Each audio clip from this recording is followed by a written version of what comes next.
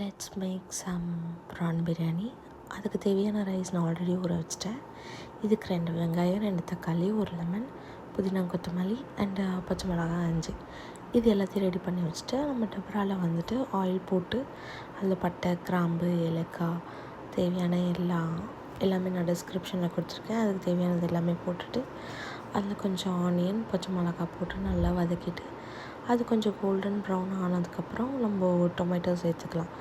நான் ஏன் இப்படி பண்ணுறேன் அப்படின்னா, அந்த இஞ்சி பூண்டு நம்ம ஃபஸ்ட்டே போட்டோம் அப்படின்னா அதை அடிப்பிடிக்க ஆரம்பிச்சிட்டோம். அது ஒரு மாதிரி டிஃப்ரெண்ட் டேஸ்ட் வரும்.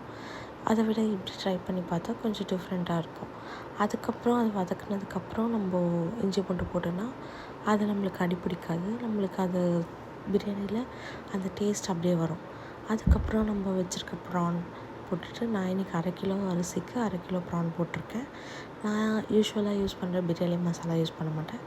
நானாக ரெமெடி ஆட் பண்ணுவேன். அதுக்கு எல்லாமே டிஸ்கிரிப்ஷனில் கொடுத்துருக்குறேன்.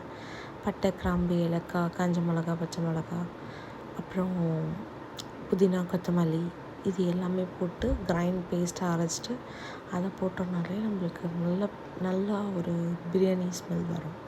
நம்ம யூஸ்வலாக யூஸ் பண்ணுற அந்த பேக்கெட் மசாலா.